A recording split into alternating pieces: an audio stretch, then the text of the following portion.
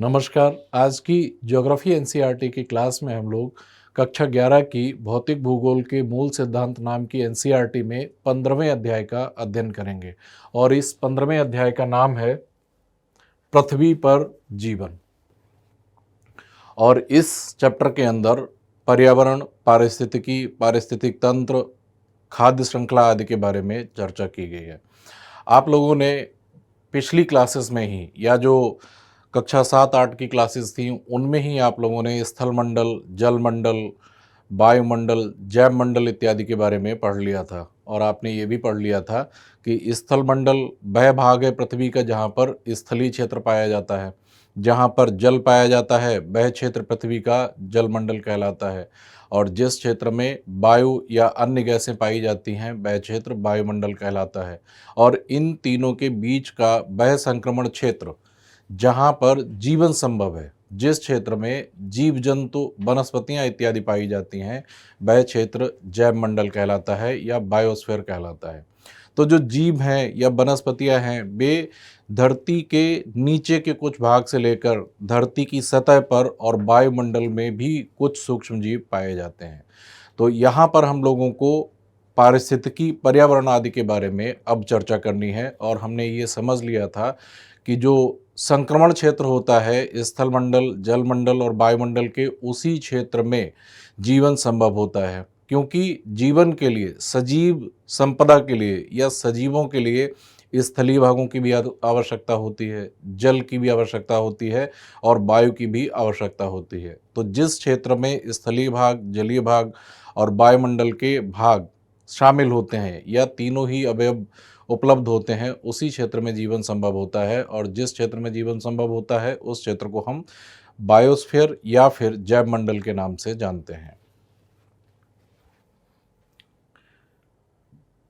इसमें सबसे पहले जो जानकारी दी गई है वह पारिस्थितिकी के बारे में दी गई है, इकोलॉजी के बारे में दी गई है। इकोलॉजी एक विज्ञान की शाखा है जिसमें इकोसिस्टम्स के बारे में जानकारी प्राप्त की जाती है या पारितंत्रों इत्यादि का अध्ययन किया जाता है। जीवधारियों, जैविक व अजैविक घटकों, भौतिक पर्यावरण, जीवधारियों में क्या क्या आ जाएंगे या जैविक घटकों में क्या क्या आ जाएंगे, वनस्पति जगत आ जाएगा पूरा, जिसमें पेड़ पौधे या अन्य सूक्ष्म वनस्पतियां इत्यादि भी हो सकती हैं, सभी प्रकार की फसलें हो सकती हैं। इसके साथ साथ सभी जीव जंतु आ जाएंगे, सभी जानवर आ जाएंगे, मनुष्य आ जाएगा और उसके साथ साथ छोटे सूक्ष्म जीव भी आ जाएंगे। तो वनस्पति जगत और उसके साथ साथ जो जंतु जगत होता है उनको मिलाकर जीवधारी या जैविक घटक पर्यावरण का निर्मित होता है। और अजैविक घटकों में क्या क्या आ जाएंगे, स्थलीय भाग आ जाएगा, जलीय भाग आ जाएगा या वायुमंडल से संबंधित भाग आ जाएगा या प्रकाश, ऊर्जा जैसे घटक आ जाएंगे। जीवधारियों, जैविक घटक व अजैविक घटक भौतिक पर्यावरण के पारस्परिक संपर्क के अध्ययन को ही पारिस्थितिकी विज्ञान कहते हैं। तो जो पारिस्थितिकी है वह विज्ञान की एक शाखा है। जैसे आप लोग बायोलॉजी पढ़ते हैं, बायोलॉजी में आप क्या पढ़ते हैं, जीव विज्ञान के बारे में पढ़ते हैं। न्यूरोलॉजी विज्ञान की एक शाखा है, उसमें न्यूरो सिस्टम के बारे में या मानव के तंत्रिका तंत्र के बारे में पढ़ा जाता है। या फिर अन्य जितने भी इसी प्रकार के जो लॉजी होते हैं जिनमें अंत में लॉजी लगा होता है। इसका मतलब हो गया कि वह विज्ञान की एक शाखा है और वह उस पार्टिकुलर विज्ञान से संबंधित है जिसके लिए उसे विशिष्ट रूप से निर्मित किया गया है। जैसे मैंने उदाहरण दिया बायोलॉजी का, तो बायोलॉजी का मतलब हो गया जीव विज्ञान की एक शाखा जिसमें जीवों के बारे में अध्ययन किया जाता है। न्यूरोलॉजी, न्यूरोलॉजी का मतलब हो गया तंत्रिका तंत्र के बारे में विज्ञान की शाखा या तंत्रिका तंत्र के अध्ययन से संबंधित जो विज्ञान की शाखा है उसे कहा जाएगा न्यूरोलॉजी। इकोलॉजी, इसका मतलब है पर्यावरण के या पारितंत्र के अध्ययन के बारे में जो विज्ञान की शाखा है उसे कहा जाएगा इकोलॉजी। अतः जीवधारियों का आपस में व उनका भौतिक पर्यावरण से अंतर संबंधों का वैज्ञानिक अध्ययन ही पारिस्थितिकी है। पारिस्थितिकी आपके अभी हो सकता है कि ना समझ में आ रहा हो, क्योंकि मैं समझाने का प्रयास तो कर रहा हूँ, लेकिन हो सकता है आपके अभी ना समझ में आ रहा हो। लेकिन जब हम पारितंत्र को समझ लेंगे उसके बाद एक बार फिर से इस स्लाइड पर लौट कर आएंगे, तब आप लोगों के आसानी से ये समझ में आ जाएगा कि पारिस्थितिकी के अंतर्गत या पारिस्थितिकी विज्ञान के अंतर्गत पारिस्थितिक तंत्र या पारितंत्र का अध्ययन किया जाता है। इसको अभी यहीं पर छोड़ देते हैं, आगे बढ़ते हैं। पहले कुछ बेसिक जानकारी दी गई है। इकोलॉजी शब्द ग्रीक भाषा के दो शब्दों ओइकोस और लॉजी से मिलकर बना है। ओइकोस का शाब्दिक अर्थ घर तथा लॉजी का अर्थ विज्ञान या अध्ययन से है। शाब्दिक अर्थानुसार इकोलॉजी का मतलब है पृथ्वी पर पौधों, मनुष्यों, जंतुओं व सूक्ष्म जीवाणुओं के घर के रूप में अध्ययन है, और जो कि एक दूसरे पर आश्रित होने के कारण ही ये एक साथ रहते हैं। जर्मन प्राणीशास्त्री अर्नेस्ट हैकल, ये नाम जरूर याद रख लीजिएगा आप लोग, क्योंकि कई बार इस तरीके के प्रश्न पूछे गए हैं कि पारिस्थितिकी शब्द के जन्मदाता कौन थे। अर्नेस्ट हैकल को पारिस्थितिकी का फादर कहा जाता है, फादर ऑफ इकोलॉजी अर्नेस्ट हैकल। इन्होंने ही सबसे पहले इकोलॉजी शब्द का प्रयोग किया था। जर्मन प्राणीशास्त्री अर्नेस्ट हैकल, जिन्होंने सर्वप्रथम सन 1869 में ओइकोलॉजी शब्द का प्रयोग किया था, वे पारिस्थितिकी के ज्ञाता के रूप में जाने जाते हैं। अब यहाँ पर एक परिभाषा दी गई है पारितंत्र की। पारितंत्र से पहले मैं आप लोगों को पर्यावरण को समझाना चाहता हूं। पहले पर्यावरण को समझ लीजिए।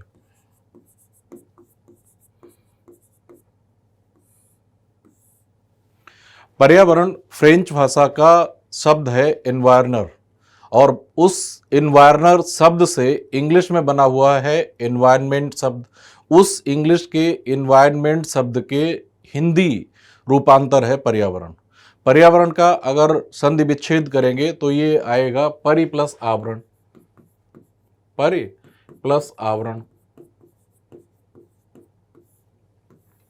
इसका मतलब है कि किसी जीवधारी के चारों ओर का जो आवरण है, जो भी भौतिक, जैविक, जो कुछ भी घटक हैं, उन सब को पर्यावरण कहा जाता है।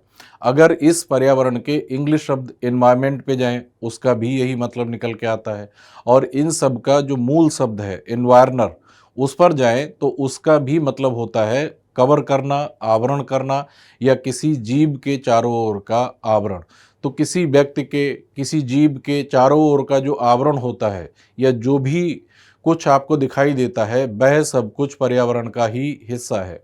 जैसे किसी जीव के चारों ओर क्या क्या हो सकते हैं, सूर्य का प्रकाश हो सकता है, स्थलीय भाग हो सकता है, नदी नालों में जल हो सकता है, वायु हो सकती है, इसके अलावा अन्य जीवधारी हो सकते हैं, पौधे हो सकते हैं, वनस्पतियां हो सकती हैं। तो ये जो कुछ भी है किसी जीव के चारों ओर, वह सब कुछ पर्यावरण का ही हिस्सा है। पर्यावरण के घटक क्या क्या हो सकते हैं?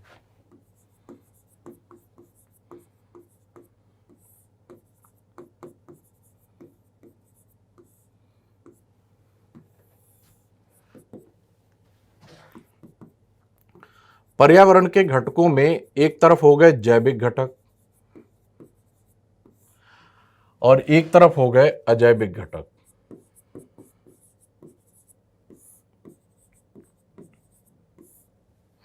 जैविक घटकों में क्या क्या हो सकता है? जंतु जगत, और दूसरा हो सकता है पादप या वनस्पति जगत।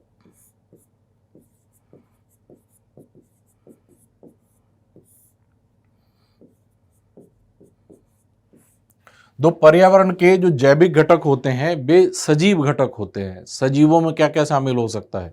या तो वे जीव जंतु होंगे, हाथी होगा, घोड़ा हो सकता है, कोई जानवर हो सकता है, कोई कुत्ता हो सकता है, कोई बंदर हो सकता है, या कोई अन्य जीव हो सकता है, शेर, चीता, बाघ इत्यादि हो सकता है, लोमड़ी हो सकती है, हिरण हो सकता है, कोई भी सजीव जानवर या जंतु हो सकता है।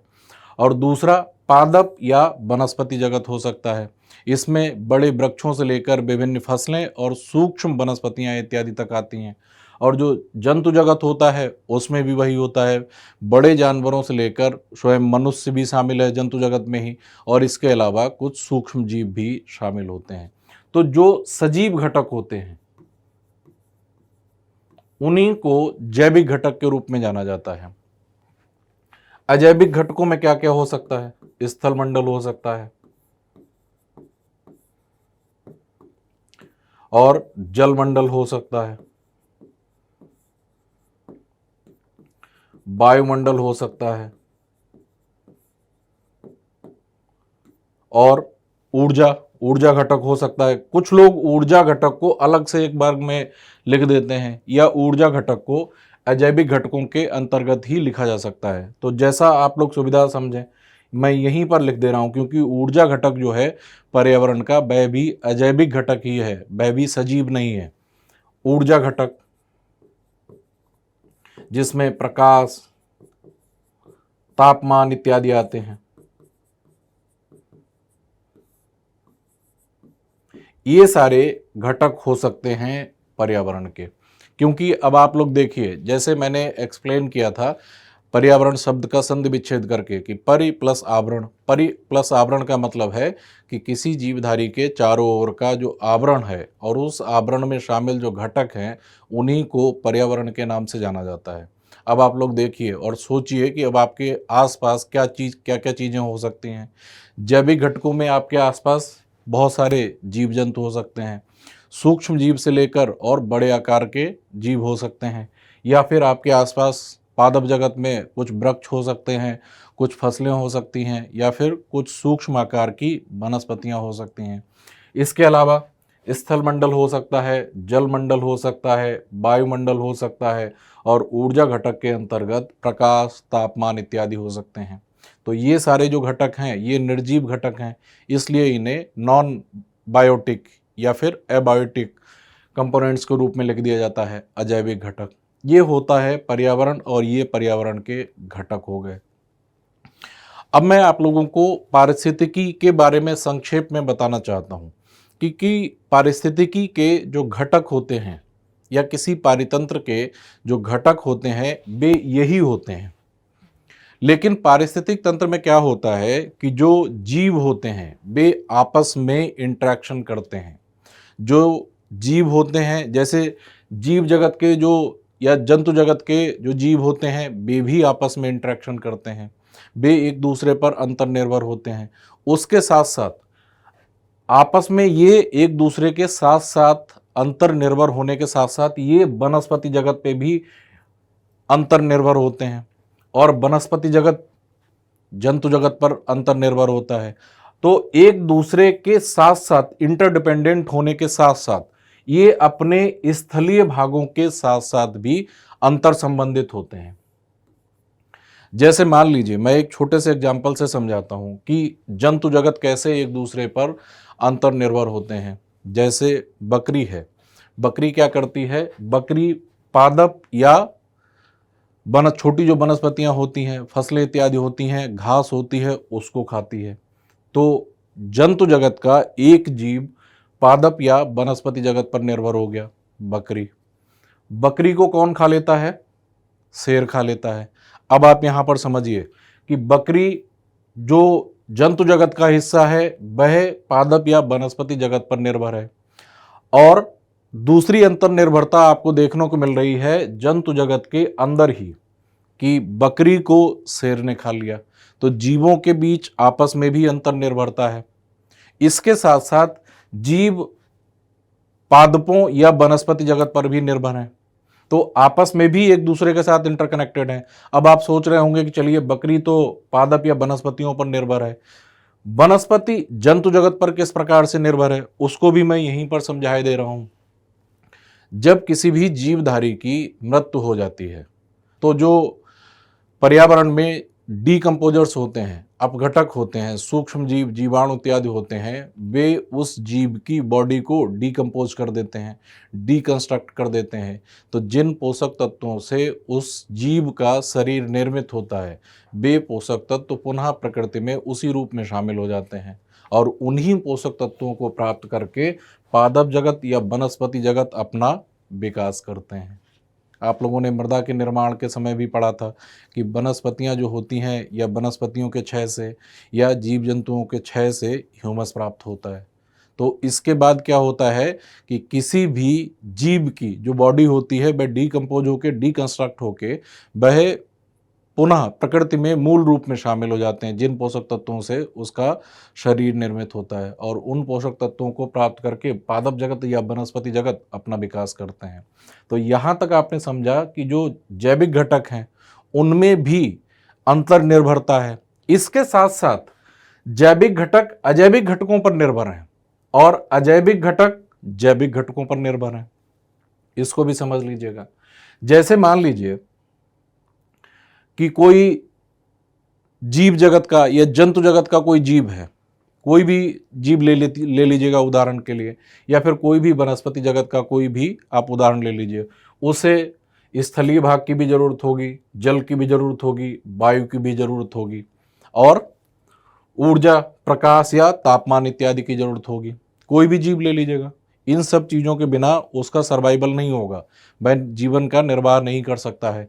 इसलिए जैविक घटक अजैविक घटकों पर निर्भर हैं। और मैंने एक चीज़ बताई कि अजैविक घटक भी जैविक घटकों पर निर्भर हैं।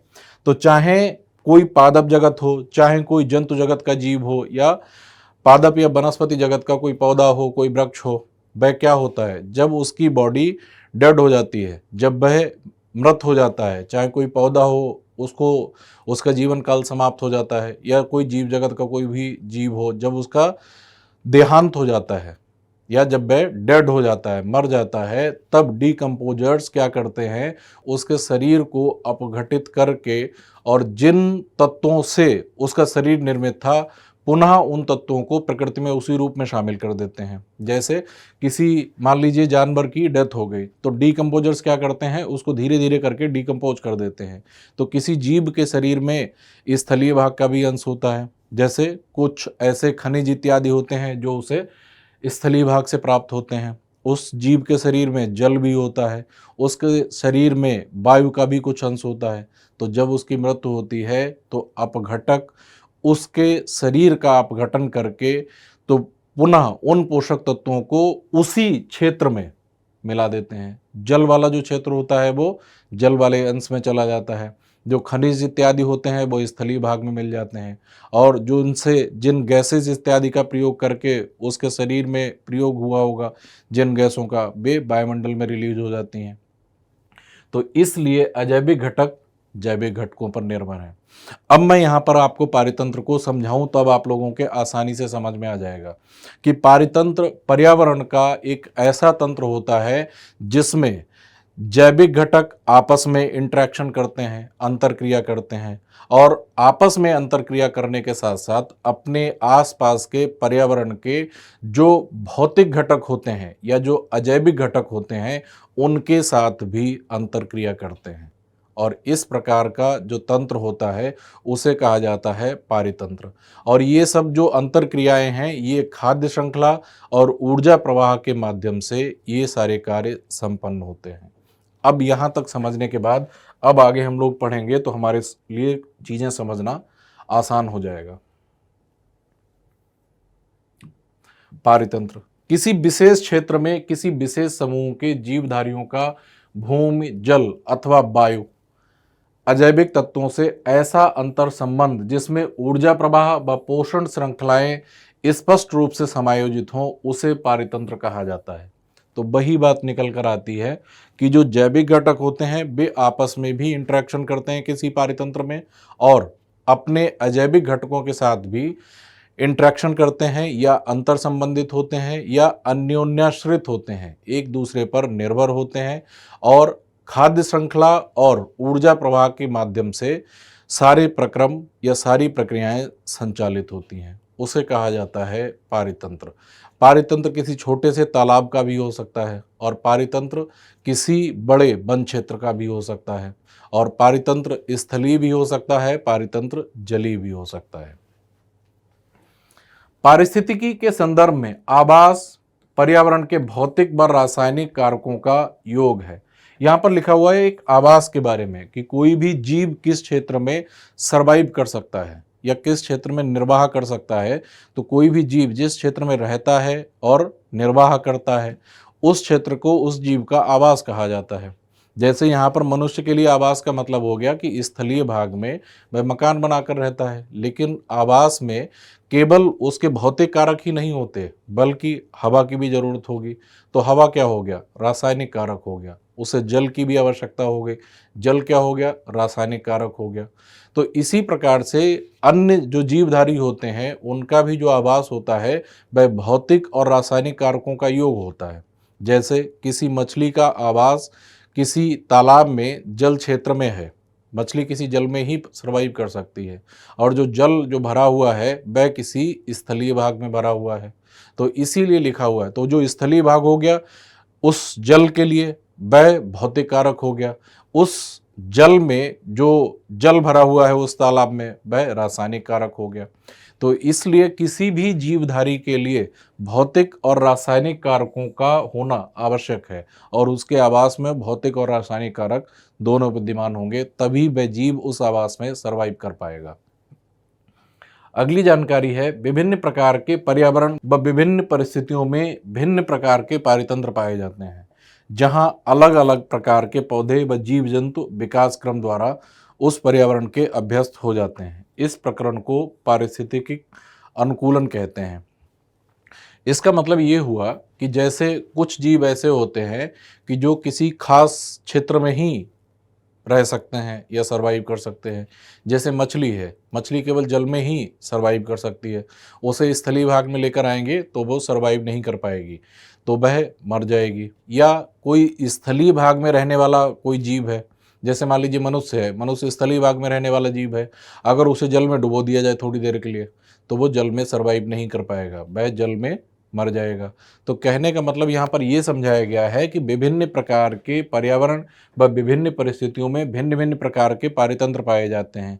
कुछ जलीय पारितंत्र हैं, कुछ स्थलीय पारितंत्र हैं। जलीय पारितंत्रों में भी कुछ लवणीय पारितंत्र हैं, कुछ स्वच्छ जल के पारितंत्र हैं, कहीं पर वन का पारितंत्र है, कहीं घास का पारितंत्र है, और उस क्षेत्र में पाए जाने वाले जो जीव हैं वो उसी पारितंत्र में रहने के अभ्यस्त हो गए हैं। और या इस तरीके से कहना चाहिए कि वे जो जीव हैं जो उन पारितंत्रों में पाए जाते हैं, वे उन क्षेत्रों में या उन आवासों में या उन पारितंत्रों में रहने के लिए अभ्यस्त हो गए हैं और अनुकूलित हो गए हैं। उन्होंने स्वयं को इस तरीके से अडॉप्ट कर लिया है कि वे उन्हीं क्षेत्रों में रह सकते हैं। इसका एक छोटा सा एग्जाम्पल मैं देता हूँ। मरुस्थलीय क्षेत्रों में अलग पारितंत्र होता है और उष्णकटिबंधीय वर्षा वनों का अलग पारितंत्र होता है। उष्णकटिबंधीय वर्षा वनों में अधिक वर्षा होती है, अधिक तापमान होता है, इस वजह से वृक्षों का विकास अधिक होता है। उनमें चौड़ी पत्ती वाले और हमेशा साल भर हरे भरे रहने वाले वृक्ष पाए जाते हैं। इसके विपरीत मरुस्थलीय क्षेत्रों में इस प्रकार के वृक्ष पाए जाते हैं जिनमें पत्तियों की जगह कांटे पाए जाते हैं, या पत्तियां कम पाई जाती हैं, या फिर नांगफनी कैक्टस जैसे वनस्पतियां पाई जाती हैं जिनकी पत्तियां जो होती हैं वे मोमी सतह की तरह होती हैं, मोटी और मोम जैसी त्वचा वाली होती हैं। उसका कारण ये है कि मरुस्थलीय क्षेत्रों में वर्षा कम होती है, तो वर्षा कम होने के चलते आर्द्रता या नमी कम होती है, इसलिए बाष्पोत्सर्जन से जल की हानि कम हो, इसलिए मरुस्थलीय क्षेत्रों की वनस्पतियों ने स्वयं को इस प्रकार से अनुकूलित कर लिया है कि उनमें पत्तों की जगह कांटे पाए जाते हैं। कहने का मतलब है कि पारितंत्र विभिन्न क्षेत्रों में भिन्न भिन्न प्रकार के होते हैं, और उन पारितंत्रों में जो जीव जंतु या वनस्पतियां पाई जाती हैं उन्होंने उस पारितंत्र में रहने के लिए स्वयं को अनुकूलित कर लिया है। जैसे अभी एक एग्जाम्पल मैंने दिया कि उष्णकटिबंधीय वर्षा वनों में तापमान और वर्षा अधिक होती है, तो जब वर्षा अधिक होती है और वर्षा पर्याप्त होती है, आर्द्रता अधिक होती है, तो उस क्षेत्र के जो वृक्ष हैं उनमें पत्ते गिरने की कोई टेंशन नहीं है। पत्तों से बाष्पोत्सर्जन हो रहा है तो उस वृक्ष को कोई दिक्कत नहीं है, क्योंकि जल की अधिकता इतनी है कि अगर बाष्पोत्सर्जन हो भी जाएगा तब भी वृक्ष सूखेगा नहीं। लेकिन मरुस्थलीय क्षेत्रों में पानी कम होता है, इसलिए मरुस्थलीय क्षेत्रों के जो वृक्ष हैं उन्होंने इस प्रकार से अनुकूलित कर लिया है स्वयं को कि पत्ते उन्होंने रखे ही नहीं हैं। उन क्षेत्रों में पत्ते नहीं पाए जाते हैं बल्कि कांटे पाए जाते हैं पत्तों की जगह। तो जब पत्ते हैं ही नहीं तो बाष्पोत्सर्जन कम होगा, क्योंकि वृक्षों में जो बाष्पोत्सर्जन होता है या बाष्पोत्सर्जन के माध्यम से जो जल की क्षति होती है वह सबसे ज़्यादा पत्तों से ही होती है। तो मरुस्थलीय क्षेत्रों में जल की कमी है, इसलिए उस क्षेत्र की वनस्पतियों ने इस तरह से अनुकूलित कर लिया है कि पत्ते रखे ही नहीं हैं या पत्ते कम कर दिए हैं और उनकी जगह कांटे उगाए हैं, जिससे कि बाष्पोत्सर्जन के चलते जल की हानि कम हो। तो कहने का मतलब है प्रत्येक पारिस्थितिक तंत्र में रहने वाले जीवों ने स्वयं को उन क्षेत्रों में रहने के लिए अपने आप को अनुकूलित कर लिया है, और वह प्रक्रिया जिसके माध्यम से ये अभ्यास होता है उसे अनुकूलन कहा जाता है।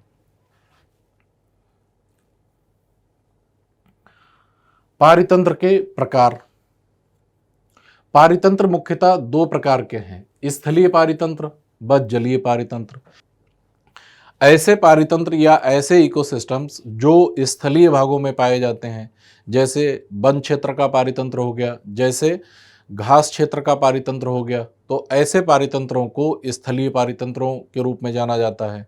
या वे पारितंत्र जो स्थलीय भागों में पाए जाते हैं उन्हें स्थलीय पारितंत्र कह दिया जाता है, और जो जल क्षेत्र में पारितंत्र पाए जाते हैं उन्हें जलीय पारितंत्र के अंतर्गत रखा जाता है। जैसे किसी झील का पारितंत्र हो गया, किसी तालाब का पारितंत्र हो गया, ये जलीय पारितंत्र के उदाहरण हैं। अब आगे बढ़ते हैं। स्थलीय पारितंत्र को पुनः बायोम में विभक्त किया जा सकता है। अब बायोम क्या हो सकता है? बायोम एक नया शब्द आया है। कुछ जगह बायोम को ही हिंदी में जीवोम भी लिख दिया जाता है। तो चाहे जीवोम लिखा हो चाहे बायोम लिखा हो, एक ही बात होती है। पहले पढ़ लेते हैं बायोम के बारे में और उसके बाद हम समझ लेंगे। बायोम पौधों व प्राणियों का एक समुदाय है जो एक बड़े भौगोलिक क्षेत्र में पाया जाता है, और पृथ्वी पर विभिन्न बायोम की सीमा का निर्धारण जलवायु व अपक्षय संबंधी तत्व करते हैं। सामान्य रूप से इसका ये मतलब हो गया कि पृथ्वी के एक बड़े क्षेत्रफल पर पाए जाने वाले पारितंत्र को बायोम कहा जाता है। अभी मैं आप लोगों को उदाहरण दे रहा था कि स्थलीय भागों में किसी वन क्षेत्र का पारितंत्र हो सकता है, किसी घास क्षेत्र का पारितंत्र हो सकता है, किसी खेत का पारितंत्र हो सकता है, किसी बगीचे का पारितंत्र हो सकता है। तो ये जो पारितंत्र थे, इनमें आप लोग अंदाज़ा लगा रहे होंगे कि ये पारितंत्र एक बड़े भौगोलिक क्षेत्र से लेकर और छोटे क्षेत्र तक पारितंत्र विस्तृत हो सकते हैं। जब कोई पारितंत्र पृथ्वी के एक बड़े भौगोलिक क्षेत्र में पाया जाता है, उसे बायोम कहते हैं। अब इसे एक उदाहरण से समझिए। जैसे आप लोगों ने पढ़ लिया था कि ये पृथ्वी हो गई, ये हो गई विषुवत रेखा 0 डिग्री की। आप लोग जानते हैं कि विषुवत रेखा के आसपास के क्षेत्रों में तापमान अधिक रहता है, वर्षा अधिक होती है। इस वजह से यहाँ से लेकर यहाँ तक पूरी पृथ्वी के संदर्भ में विषुवत रेखा के आसपास के क्षेत्रों में उष्णकटिबंधीय वर्षावन पाए जाते हैं।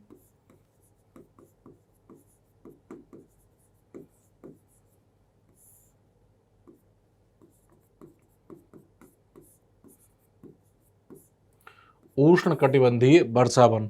तो अब समझिए आप लोग, ये वर्षावनों का पारितंत्र है, लेकिन ये पृथ्वी के एक बड़े भौगोलिक क्षेत्र में विस्तृत है। इसी वजह से इसे बायोम कहा जाएगा, क्योंकि ये बड़े भौगोलिक क्षेत्र में विस्तृत है। इसी प्रकार से जैसे मान लीजिए टुंड्रा बायोम हो गया, तो आप लोग देखेंगे कि जो उच्च अक्षांशीय क्षेत्र हैं वहाँ पर तापमान कम हो जाता है, वहाँ पर वर्षा भी कम हो जाती है। तो इस वजह से वहाँ की जो वनस्पतियाँ होती हैं वे इस उष्णकटिबंधीय वर्षावनों से अलग प्रकार की होती हैं, या शीत क्षेत्र में पाई जाने वाली वहाँ पर वनस्पतियाँ पाई जाती हैं सूक्ष्म आकार की, जो कम तापमान और कम आर्द्रता में सर्वाइव कर सकें। तो लेकिन वे पाई पूरे इस शीतल क्षेत्र में पाई जाती हैं, उच्च अक्षांशों के क्षेत्र में, तो इसे कहते हैं टुंड्रा। तो ये जो टुंड्रा का पारितंत्र हो गया है, ये पूरी पृथ्वी के क्षेत्र में या पूरी पृथ्वी के उच्च अक्षांशीय क्षेत्रों में विस्तृत है, इसलिए इसे कहेंगे टुंड्रा बायोम, और इसे कह देंगे उष्णकटिबंधीय वर्षावन का बायोम। तो बायोम का मतलब है कि एक ऐसा पारितंत्र जो एक बड़े भौगोलिक क्षेत्र में विस्तृत हो, उसे कहा जाता है बायोम। बायोम की विशेषता एक तो ये हो गई कि भाई बड़े भौगोलिक क्षेत्र में पाया जाना चाहिए। उसके साथ साथ एक विशेषता बायोम की ये भी होती है कि बड़े भौगोलिक क्षेत्रफल में पाए जाने के साथ साथ उस पूरे बायोम में वनस्पति जगत और जो जीव जगत है उसकी विशेषताएं एक क्षेत्र से लेकर दूसरे क्षेत्र तक समान रहती हैं। जैसे ये उष्णकटिबंधीय वर्षावन पाए जाते हैं जो कि विषुवत रेखा के क्षेत्र में इधर से लेकर इधर तक पाए जाते हैं, तो जो वृक्ष यहाँ पर पाए जाएंगे, जो जीव यहाँ पर पाए जाएंगे, वही जीव इस पूरे बायोम में फैले हुए होंगे।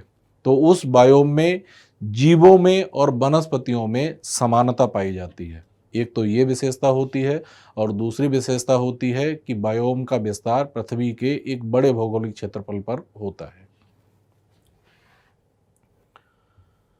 संसार के कुछ प्रमुख पारितंत्र वन हो गया, घास क्षेत्र हो गया, मरुस्थल हो गया और टुंड्रा इत्यादि पारितंत्र हैं। इन्हें बायोम भी कहा जा सकता है। जैसे मान लीजिए किसी विशेष प्रकार के वन का बायोम है, उष्णकटिबंधीय वर्षा वनों का अगर पारितंत्र है तो वह पृथ्वी के एक विशाल क्षेत्र पर विस्तृत है, इसलिए उसे बायोम भी कहा जा सकता है।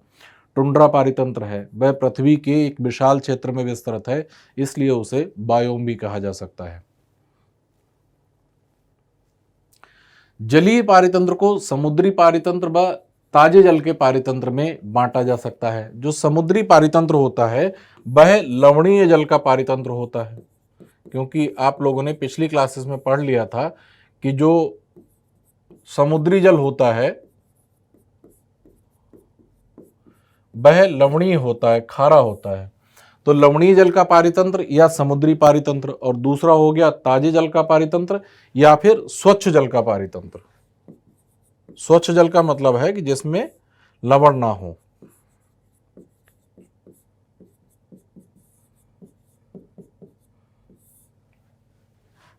लवणीय जल का पारितंत्र में क्या क्या हो सकता है?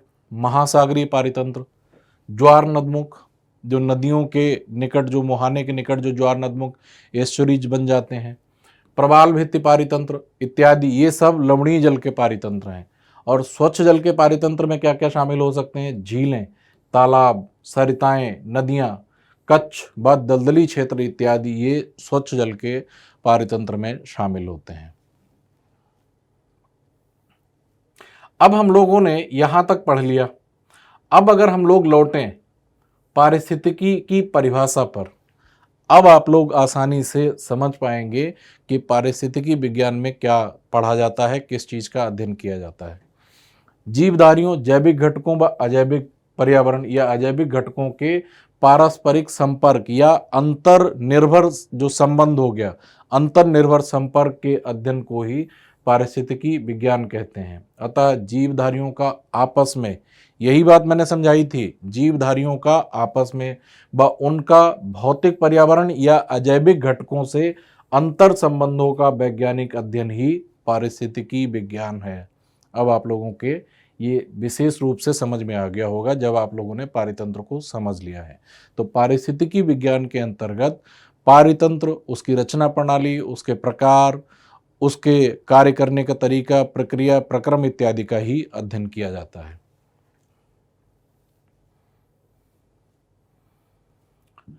अब हम लोग समझते हैं पारितंत्र की कार्यप्रणाली व संरचना, structure and functions of ecosystems. संरचना की दृष्टि से सभी पारितंत्र में जैविक व अजैविक कारक या फिर घटक होते हैं। कारक या घटक एक ही बात है। अजैविक या भौतिक घटक, अबायोटिक फैक्टर्स। अजैविक घटकों में तापमान, वर्षा, सूर्य का प्रकाश, आर्द्रता, मृदा की स्थिति व अजैविक या अकार्बनिक तत्व, कार्बन डाइऑक्साइड, जल, नाइट्रोजन, कैल्शियम, फास्फोरस, पोटेशियम आदि शामिल होते हैं। और इन सब का स्रोत क्या होता है? वही स्थल मंडल, जल मंडल या वायुमंडल। ये सारे तत्व कहीं ना कहीं उन्हीं क्षेत्रों से संबंधित हैं। और ऊर्जा घटक के रूप में तापमान हो गया, सूर्य का प्रकाश हो गया। तो अजैविक घटक जो होते हैं वे पर्यावरण के जो अजैविक घटक होते हैं वे ही पारितंत्र के अजैविक घटक होते हैं। जैविक कारकों में या जैविक घटकों में क्या क्या हो सकता है?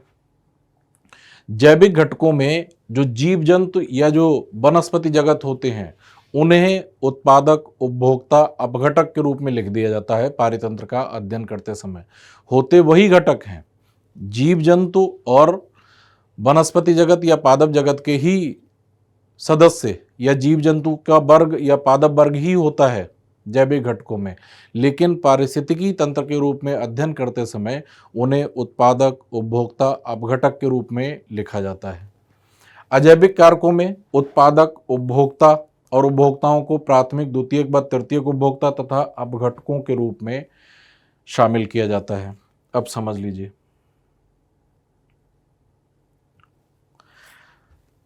इसको मैं एक बार पहले चार्ट पर मैं लिख देता हूं।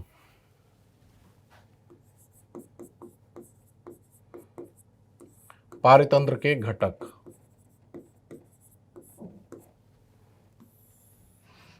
इधर हो गए अजैविक घटक और इधर हो गए जैविक घटक।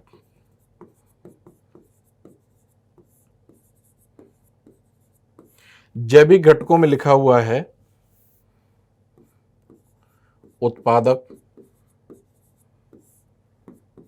फिर लिखा हुआ है उपभोक्ता,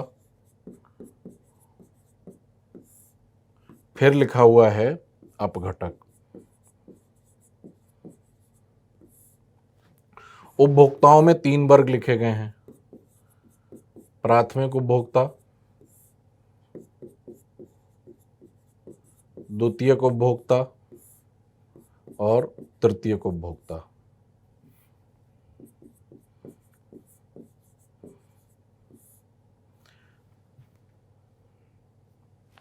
और अजैविक घटकों में वही सारी चीजें आएंगी जो स्थल मंडल, जल मंडल, वायुमंडल इत्यादि से प्राप्त होती हैं, और उसके साथ साथ ऊर्जा घटक जिसमें सूर्य का प्रकाश, तापमान इत्यादि होते हैं। जैसे आप लोग देख रहे होंगे, कार्बन डाइऑक्साइड कहाँ से प्राप्त होगी? वायुमंडल से प्राप्त होगी। जल कहाँ से प्राप्त होगा? जलमंडल से प्राप्त होगा। नाइट्रोजन कहाँ से प्राप्त होगी? वायुमंडल से प्राप्त होगी। तो ये जो अजैविक या भौतिक घटक लिखे हुए हैं, ये वही घटक हैं जो पर्यावरण के घटक यहाँ पर लिखे गए थे, यही घटक हैं।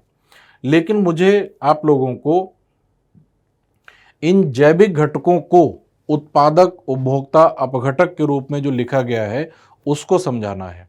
इसमें होते वही सब घटक हैं, वनस्पति जगत के सदस्य और जीव जगत या जंतु जगत के ही सदस्य इसमें होते हैं, लेकिन वे उत्पादक, उपभोक्ता, अपघटक के रूप में व्यवस्थित होते हैं। क्योंकि अगर इनको आप लोगों ने समझ लिया तब आप पारितंत्र की कार्यप्रणाली आप लोग समझ लेंगे। यहां पर पारितंत्र की कार्यप्रणाली, structure and functions of ecosystem, ये समझाने का प्रयास किया गया है।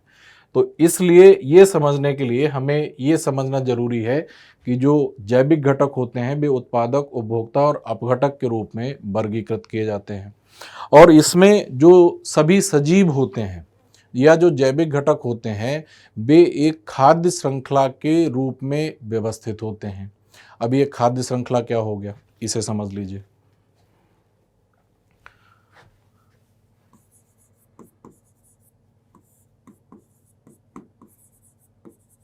खाद्य श्रृंखला, इसे इंग्लिश में कहा जाता है फूड चेन।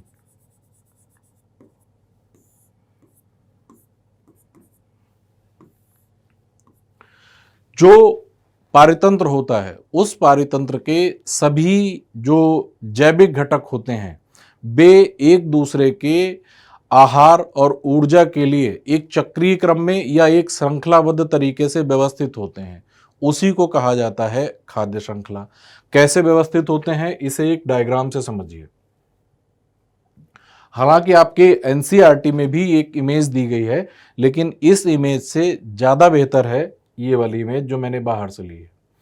अब आप देखिए कि जो जैविक घटक जो भी मैंने लिखा था कि उत्पादक, उपभोक्ता के रूप में, उत्पादक, उपभोक्ता, अपघटक के रूप में व्यवस्थित होते हैं, वे कैसे व्यवस्थित होते हैं उसे आप समझिए और खाद्य श्रृंखला समझिए। आप देखेंगे कि यहां पर एक श्रृंखलाबद्ध तरीके से एक सिस्टम बना हुआ है। यहां पर देखिए ये लिखा हुआ है प्राइमरी प्रोड्यूसर और इधर लिखा है ग्रास। जो वनस्पतियां होती हैं, जो घास फूस होती है या जो वनस्पति जगत के सदस्य होते हैं, चाहे फसलें हो, चाहे पेड़ पौधे हों, चाहे कोई घास हो, वह सूर्य की ऊर्जा को प्रकाश संश्लेषण के माध्यम से कार्बनिक ऊर्जा में बदल देते हैं। वे उसे, सूर्य की ऊर्जा को बायोमास के रूप में या जैव संचय के रूप में, जैव भार के रूप में उसका संचय करते हैं और यहीं से उत्पादन शुरू होता है। सूर्य की ऊर्जा को और जैव भार के रूप में बदल के वे ऊर्जा का उत्पादन करते हैं किसी पारितंत्र में, इसलिए इन्हें प्राइमरी प्रोड्यूसर कहा जाता है। कुछ जीव ऐसे होते हैं पारितंत्र में जो इन घास फूस पर, पेड़ पौधों पर या जो फसलें इत्यादि होती हैं उन पर निर्भर होते हैं प्रत्यक्ष रूप से। ऐसे जीवों को प्राइमरी कंज्यूमर कहा जाता है। प्राथमिक उपभोक्ता कहा जाता है। तो जो प्राथमिक उपभोक्ता होते हैं वे शाकाहारी होते हैं। वे शाकाहारी होते हैं और वे वनस्पतियों से या घास फूस से या फसलों से अपना भोजन प्राप्त करते हैं। तो ये हो गए प्राइमरी कंज्यूमर, प्राथमिक उपभोक्ता, ये सामान्यतया शाकाहारी होते हैं। कुछ जीव ऐसे होते हैं जो प्राइमरी कंज्यूमर्स को अपना भोजन बनाते हैं या जो अपने भोजन के लिए प्राइमरी कंज्यूमर पर निर्भर होते हैं, जो कि मांसाहारी होते हैं।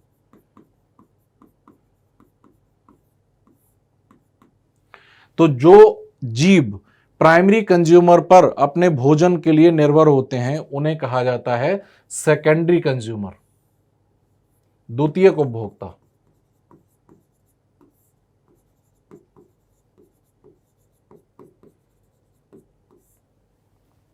तो जो जीव प्राइमरी कंज्यूमर या प्राथमिक उपभोक्ता पर निर्भर हैं उन्हें कहा जाता है द्वितीयक उपभोक्ता, और जो द्वितीयक उपभोक्ता होते हैं वो मांसाहारी होते हैं।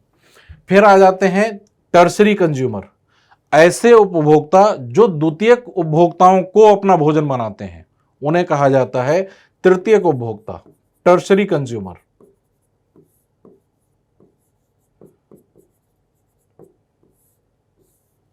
और इसके अलावा किसी खाद्य श्रृंखला में कुछ अन्य स्तर के भी उपभोक्ता हो सकते हैं।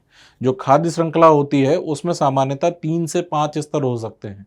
तो कुछ खाद्य श्रृंखलाएं ऐसी होती हैं जिनमें 3 स्तर होते हैं, कुछ खाद्य श्रृंखलाएं ऐसी होती हैं जिनमें 4 स्तर होते हैं, कुछ खाद्य श्रृंखलाएं ऐसी होती हैं जिनमें 5 स्तर भी हो सकते हैं। इसके बाद तृतीयक उपभोक्ता के बाद भी कुछ ऐसे चरम स्तर के उपभोक्ता होते हैं जो चरम स्तर के मांसाहारी होते हैं, जो तृतीयक उपभोक्ताओं को अपना आहार बनाते हैं या अपने भोजन की प्राप्ति तृतीयक उपभोक्ताओं से करते हैं। ये चतुर्थ स्तर के या चरम स्तर के उपभोक्ता या मांसाहारी हो गए, इन्हें चतुर्थ उपभोक्ता मान लीजिएगा। तो जो खाद्य श्रृंखला होती है उसमें सामान्यतः 3 से लेकर 5 स्तर तक हो सकते हैं। अब आप देखेंगे जो प्राइमरी कंज्यूमर थे, प्राथमिक उपभोक्ता थे, वे शाकाहारी थे क्योंकि वे वनस्पतियों इत्यादि पर अपने भोजन के लिए निर्भर थे। जो द्वितीयक उपभोक्ता है यहाँ से मांसाहारी जीव शुरू हो जाते हैं। ये जो द्वितीयक उपभोक्ता होते हैं ये प्राथमिक उपभोक्ताओं को अपना शिकार बनाते हैं या अपना भोजन प्राथमिक उपभोक्ताओं से प्राप्त करते हैं। जो तृतीयक उपभोक्ता होते हैं वे द्वितीयक मांसाहारी जो जीव होते हैं उनको अपना आहार बनाते हैं, उनसे भोजन प्राप्त करते हैं। और जो चतुर्थ उपभोक्ता या चरम स्तर के मांसाहारी होते हैं वो तीसरे स्तर के मांसाहारी जीवों को अपना आहार बनाते हैं, अपना भोजन प्राप्त करते हैं। और उसके बाद क्या होता है, चरम स्तर के मांसाहारियों के बाद क्या होता है कि ये सारे जीव अंत में इनका जीवन समाप्त होना है, और इनका जीवन जब समाप्त हो जाता है तो कुछ बैक्टीरिया, कुछ सूक्ष्म जीवाणु इत्यादि होते हैं, कुछ फंगस, कुछ कवक इत्यादि होते हैं, वे उनके जो डेड बॉडीज होती हैं, जो मृत शरीर होते हैं, उनको डीकम्पोज कर देते हैं, उनका अपघटन करके और उनको अपघटित कर देते हैं, और उन जिन पोषक तत्वों से उनका शरीर बना हुआ होता है उन पोषक तत्वों को पुनः प्रकृति में उसी मूल रूप में शामिल कर देते हैं। तो इस प्रकार से आप देखेंगे कि इस श्रृंखला में प्रत्येक जीव अपने आहार के लिए किसी अन्य जीव पर निर्भर है, और ये जो श्रृंखला है इसी श्रृंखला को कहा जाता है खाद्य श्रृंखला। और किसी खाद्य श्रृंखला में जिस स्तर पर ऊर्जा और आहार दूसरे स्तर के जीवों में ट्रांसफर होता है उसे कहा जाता है ट्रॉफिक लेवल या फिर पोषण स्तर। पोषण स्तर, पोषण स्तर या फिर ट्रॉफिक लेवल। इसका मतलब होता है कि किसी, ध्यान से मेरी बात को सुन लीजिएगा, किसी भी खाद्य श्रृंखला में जिस बिंदु पर या जिस स्तर पर ऊर्जा एक वर्ग के जीवों से दूसरे वर्ग के जीवों में स्थानांतरित होती है उसे कहा जाता है पोषण स्तर। अब आप देखिए इसमें पोषण स्तर कितने हैं, 1, 2, 3, 4, 5 पोषण स्तर हो गए। कुछ खाद्य श्रृंखलाएं ऐसी होती हैं जिनमें 3 या 4 पोषण स्तर हो सकते हैं। तो सामान्यतः जो खाद्य श्रृंखलाएं होती हैं उनमें जो पोषण स्तर होते हैं वे 3 से लेकर 5 तक हो सकते हैं। इसमें उदाहरण के लिए दिखाया गया था। अब हम लोग उदाहरणों पे चर्चा कर लेते हैं जिससे बात और बेहतर तरीके से समझ में आएगी। प्राथमिक उत्पादक मान लेते हैं कि किसी क्षेत्र में घास पाई जाती है। तो घास क्या करती है? सूर्य की ऊर्जा को प्रकाश संश्लेषण के माध्यम से बायोमास के रूप में संचित करती है।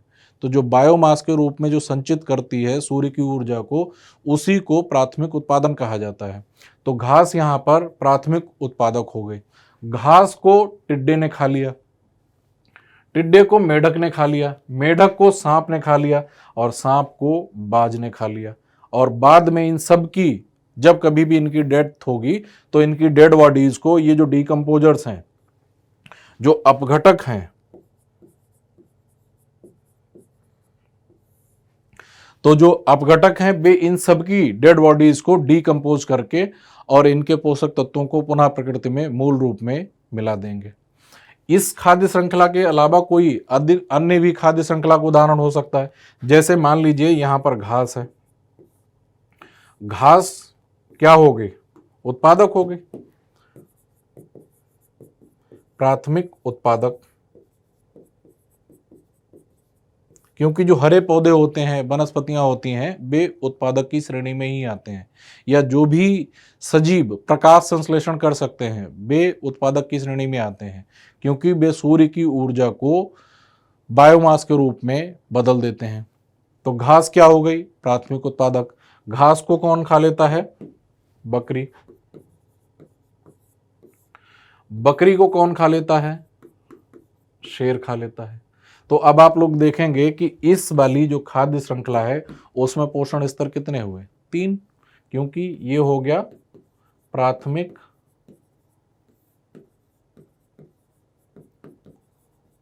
उपभोक्ता और ये हो गया द्वितीयक उपभोक्ता।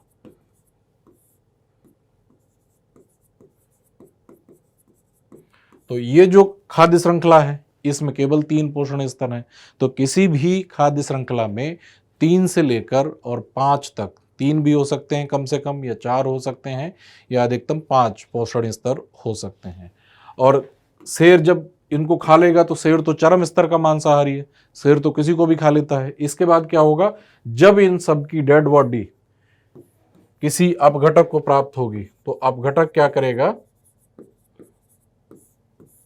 इन सब की डेड बॉडीज को डिकम्पोज कर देगा। घास खत्म हो जाएगी, उसको भी डिकम्पोज कर देंगे। बकरी अगर मर जाएगी उसकी डेड बॉडी को भी डिकम्पोज कर देगी। शेर मर जाएगा तो उसकी बॉडी को भी डिकम्पोज कर देंगे। तो जो अपघटक होते हैं उनका कार्य होता है किसी भी खाद्य श्रृंखला में मृत पदार्थों को अपघटित करके और उनके शरीर के पोषक तत्वों को पुनः प्रकृति में शामिल कर देना। ये होता है खाद्य श्रृंखला। तो यहाँ पर मैंने जैविक घटकों को उत्पादक, उपभोक्ता, अपघटक के रूप में इसीलिए मैंने यहाँ पर लिख के समझाया था, या आपकी पुस्तक में समझाया गया है, जिससे कि किसी भी पारितंत्र में या पारितंत्र के सर्वाइव करने को या पारितंत्र की कार्य प्रणाली को आप आसानी से समझ सकें। तो उत्पादक हरे पौधे होते हैं जो कि प्रकाश संश्लेषण की क्रिया करते हैं। उपभोक्ता, प्राथमिक उपभोक्ता जो कि उत्पादकों पर प्रत्यक्ष रूप से निर्भर होते हैं, ये और ये प्राथमिक उपभोक्ता शाकाहारी होते हैं। इसके बाद से अगले जो स्तर होते हैं ये मांसाहारी स्तर के होते हैं।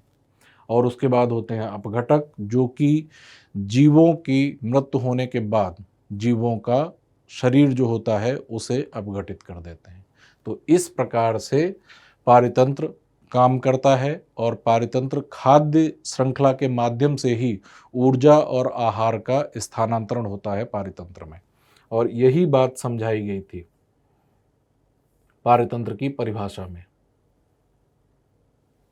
अब पढ़िए इसे, अब आप लोगों के और आसानी से समझ में आएगा। इतना सब कुछ समझ लेने के बाद किसी विशेष क्षेत्र में किसी विशेष समूह के जीवधारियों का भूमि, जल अथवा वायु से ऐसा अंतर संबंध जिसमें ऊर्जा प्रवाह व पोषण श्रृंखलाएं स्पष्ट रूप से समायोजित हों, उसे पारितंत्र कहा जाता है। तो पारितंत्र में जो जैविक घटक होते हैं वे अजैविक घटकों पर भी निर्भर होते हैं, और जो अजैविक घटक होते हैं वे जैविक घटकों पर भी निर्भर होते हैं और उसके साथ साथ जैविक घटक एक दूसरे पर भी निर्भर होते हैं और अजैविक घटकों पर भी निर्भर होते हैं। तो अंतर संबंध और अन्योन्याश्रित क्रिया होती है, इंटरडिपेंडेंट एक्शंस होते हैं, रिएक्शंस होते हैं, उसे कहा जाता है पारितंत्र।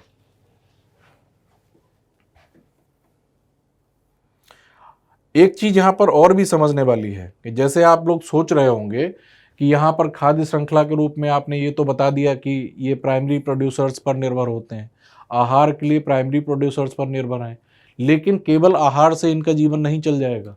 इनको जो पर्यावरण के जो अजैविक घटक हैं उन पर भी निर्भर रहना पड़ेगा, क्योंकि स्थलीय भाग पर ये रहेंगे, स्थलीय भाग से खनिजों की प्राप्ति होगी, वायुमंडल से ये ऑक्सीजन लेंगे क्योंकि जिंदा रहने के लिए ऑक्सीजन की भी ज़रूरत है, जलमंडल से ये पानी भी पिएंगे क्योंकि इन सब जीवों को पानी की भी ज़रूरत होगी, वनस्पतियों के लिए भी वही बात लागू होती है, वनस्पतियों को भी खनिजों की आवश्यकता होती है। वनस्पतियों में जो खाद लगाई जाती है वो क्या किया जाता है, उनको खनिजों की, उनको पोषक तत्वों की आपूर्ति की जाती है। फसलों को और ज़्यादा बढ़ाने के लिए, वृक्षों को उगाने के लिए जल की भी आवश्यकता होती है, वायुमंडल से उन्हें कार्बन डाइऑक्साइड की भी आवश्यकता होती है। तो ये जो जीव है ये एक दूसरे पर तो निर्भर होते ही होते हैं, उसके साथ साथ अजैविक, पर्यावरण के अजैविक घटकों पर भी निर्भर होते हैं। ये तो अब बात ये निकल कर आती है कि कोई भी ऐसा प्राकृतिक क्षेत्र जहाँ पर जैविक घटक भी हों, अजैविक घटक भी हों, और जैविक घटक आपस में एक दूसरे से अंतर संबंधित हों और साथ साथ अपने पर्यावरण के अजैविक घटकों के साथ भी एक दूसरे पर अंतर्निर्भर हों, अंतर संबंधित हों, उसे कहा जाता है पारितंत्र। तो यहाँ तक हम लोगों ने डिटेल में इन सब चीज़ों की चर्चा की। आपकी एनसीईआरटी में भी यही समझाया गया है। हरित पादप उत्पादक होते हैं, इन उत्पादकों को प्राथमिक उपभोक्ता खा लेते हैं जो कि शाकाहारी होते हैं, प्राथमिक उपभोक्ताओं को द्वितीयक उपभोक्ता खा लेते हैं जो कि मांसाहारी होते हैं, तृतीयक उपभोक्ता खा लेते हैं द्वितीयक उपभोक्ताओं को जो कि शीर्ष मांसाहारी होते हैं, और इन सब के मृत अवशेष जब प्राप्त होते हैं तो अपघटक उनको अपघटित करके प्रकृति में मूल तत्व, उनके पोषक तत्व जो होते हैं जिनसे उनका शरीर बना हुआ होता है, उनको फिर से प्रकृति में उसी रूप में मिला देते हैं। मृदा से पोषक तत्व इत्यादि जरूरी होते हैं, वायुमंडल से हरित पादपों को भी कार्बन डाइऑक्साइड की जरूरत होती है, जलमंडल से जल की आवश्यकता होती है। तो यही सारी चीजें यहाँ पर समझाई गई थी। अब हम लोगों ने खाद्य श्रृंखला तो समझ ली थी और ट्रॉफिक लेवल के बारे में मैंने बता दिया था आप लोगों को कि जैसे किसी खाद्य श्रृंखला में जिस बिंदु पर ऊर्जा व आहार किसी अन्य वर्ग के जीवों में स्थानांतरित होगा उसे ट्रॉफिक लेवल कहा जाएगा, पोषण स्तर कहा जाएगा। तो यहाँ पर ये जो प्राथमिक उत्पादक, ये एक पोषण स्तर हो गया, प्राथमिक उपभोक्ता ये एक पोषण स्तर हो गया, यहाँ से ऊर्जा इनमें ट्रांसफर हो रही है। तो जिस स्तर पर ऊर्जा और आहार ट्रांसफर होता है उसे पोषण स्तर कहा जाता है। तो द्वितीयक उपभोक्ता ये एक पोषण स्तर हो गया, प्राथमिक उपभोक्ता ये एक पोषण स्तर हो गया। खाद्य श्रृंखला से संबंधित एक चीज और रह गई है, वह है खाद्य जाल। जब विभिन्न खाद्य श्रृंखलाएं एक दूसरे से अंतर संबंधित हो जाती हैं तब उसे खाद्य जाल कहा जाता है। जैसे समझिए, जैसे घास है, घास को टिड्डा भी खा सकता है, टिड्डे को मेढक भी खा सकता है, और इस टिड्डे को कोई टिड्डा खाने वाला पक्षी भी खा सकता है। कुछ ऐसे पक्षी होते हैं जो टिड्डे इत्यादि को अपना शिकार बना लेते हैं। इसके बाद इस चिड़िया को सांप खा लेता है, इस मेढक को भी सांप खा लेता है, और इस मेढक को आउल भी खा लेता है। इसके अलावा इस घास को चूहा भी खा लेता है, इस घास को खरगोश भी खा लेता है, खरगोश को सीधा हॉक या बाज खा लेता है, खरगोश को लोमड़ी खा लेती है। तो आप लोग देखेंगे कि एक वर्ग का जीव कई अन्य जीवों के लिए आहार का काम करता है। इससे क्या होता है, खाद्य श्रृंखलाएं परस्पर जुड़ जाती हैं, और जब खाद्य श्रृंखलाएं परस्पर जुड़ जाती हैं तब उसे कहा जाता है खाद्य जाल। तो जो खाद्य जाल होता है, फूड वेब, इंग्लिश वर्ड है फूड वेब, हिंदी शब्द है खाद्य जाल, और इंग्लिश वर्ड है फूड वेब। फूड वेब का मतलब है कि खाद्य श्रृंखलाएं विभिन्न खाद्य श्रृंखलाएं एक दूसरे से अंतर संबंधित हैं और विभिन्न खाद्य श्रृंखलाओं के एक दूसरे से अंतर संबंधित होने से ही खाद्य जाल का निर्माण होता है। खाद्य श्रृंखलाएं आपस में एक दूसरे से जुड़ी हुई हैं। प्रजातियों के इस प्रकार जुड़े होने को खाद्य जाल कहा जाता है और जिसमें जीवों की खाद्य श्रृंखलाओं के विकल्प उपलब्ध होने पर। तो कहने का मतलब है कि जब खाद्य श्रृंखलाएं एक दूसरे से जुड़ जाती हैं, अंतर संबंधित हो जाती हैं, तभी खाद्य जाल का निर्माण होता है। खाद्य श्रृंखलाएं दो प्रकार की होती हैं। सामान्यतः दो प्रकार की खाद्य श्रृंखलाएं पाई जाती हैं। चराई खाद्य श्रृंखला, इंग्लिश में कहते हैं ग्रेजिंग फूड चेन, और दूसरी होती है अपरद खाद्य श्रृंखला, उसको कहते हैं डेट्रिटस फूड चेन। जो चराई खाद्य श्रृंखला होती है वह पौधों से शुरू होकर और मांसाहारी तक जाती है, जिसमें शाकाहारी मध्यम स्तर है। जैसे हम लोग अभी जो देख रहे थे, ये वाली जो खाद्य श्रृंखला थी, ये चराई खाद्य श्रृंखला की श्रेणी में शामिल होगी, क्योंकि ये खाद्य श्रृंखला पौधों या वनस्पतियों से शुरू होकर और चरम स्तर के मांसाहारी तक जाती है। जो अपरद खाद्य श्रृंखला होती है, डेट्रिटस फूड चेन, उसमें क्या होता है, अपरद खाद्य श्रृंखला चराई खाद्य श्रृंखला से प्राप्त मृत पदार्थों पर निर्भर है और इसमें कार्बनिक पदार्थों का अपघटन सम्मिलित है। तो जो अपरद खाद्य श्रृंखला होती है वह चराई खाद्य श्रृंखला से जो मृत अवशेष प्राप्त होते हैं उनसे शुरू होती है और अन्य जीवों तक जाती है। कैसे, इसे देख लीजिए। जैसे ग्रेजिंग फूड चेन का एग्जाम्पल यहाँ पर भी ले लिया मैंने। प्रोड्यूसर, कोई मान लीजिए वनस्पति है, वहाँ से शुरू होकर फिर primary consumer, secondary consumer, tertiary consumer तक जाती है। तो ये वाली जो फूड चेन हो गई, इसको ग्रेजिंग फूड चेन या चराई खाद्य श्रृंखला कहा जाएगा। डेट्रिटस फूड चेन में क्या होता है, डेड लीव से शुरू होती है। कहने का मतलब है कि जो चराई खाद्य श्रृंखला से जो मृत अवशेष प्राप्त होते हैं उससे ये शुरू होती है। तो चराई खाद्य श्रृंखला से मान लीजिए किसी वनस्पति की डेड लीव्स हमें प्राप्त हुई, उनको किसने खाया, बूड लॉज, एक छोटे कीड़े ने उन मृत पत्तियों को खाया और इस कीड़े को किसी अन्य पक्षी ने खा लिया। तो इस प्रकार की जो खाद्य श्रृंखला होती है उसे अपरद खाद्य श्रृंखला कहा जाता है। अपरद खाद्य श्रृंखला, ये दोनों खाद्य श्रृंखलाओं में अंतर होता है।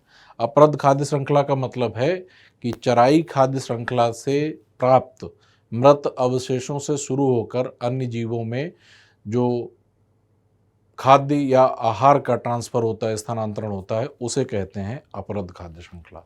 ये दोनों में अंतर है। अगली जानकारी बायोम के प्रकार के बारे में दी गई है। Types of biomes. हम लोगों ने पहले ही समझ लिया था कि बायोम क्या होता है। बायोम का मतलब हो गया कि किसी बड़े क्षेत्र में या पृथ्वी के बड़े भौगोलिक क्षेत्र में पाया जाने वाला पारितंत्र, उसे ही कहा जाता है बायोम। आपकी पुस्तक में कुछ बायोम्स की चर्चा की गई है और ये बहुत ही इम्पॉर्टेंट जानकारी है।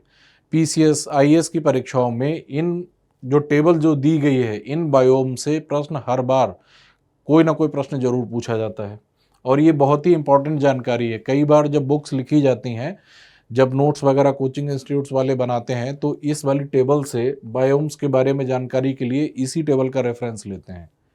बहुत कम शब्दों में और बहुत ठोस जानकारी दी गई है। सबसे पहले यहाँ पर लिखी हुई बातें पढ़ लेते हैं। संसार के 5 प्रमुख बायोम इस प्रकार हैं: वन बायोम, मरुस्थलीय बायोम, घास भूमि बायोम, जलीय बायोम और उच्च प्रदेशीय बायोम। अब इन बायोमों का और छोटे स्तरों पर वर्गीकरण किया गया है और उन सब चीजों को एक टेबल पर दिखाया गया है। बायोम, पहले लिखा है वन बायोम, पहला वर्ग हो गया वन बायोम का। ये टेबल आपकी एनसीईआरटी में एक ही पेज पर दी गई है, लेकिन यहाँ पर अगर एक ही पूरा पेज ले लेते तो वह काफ़ी छोटा छोटा दिखाई देता, इसलिए इस टेबल को ब्रेक कर लिया गया है।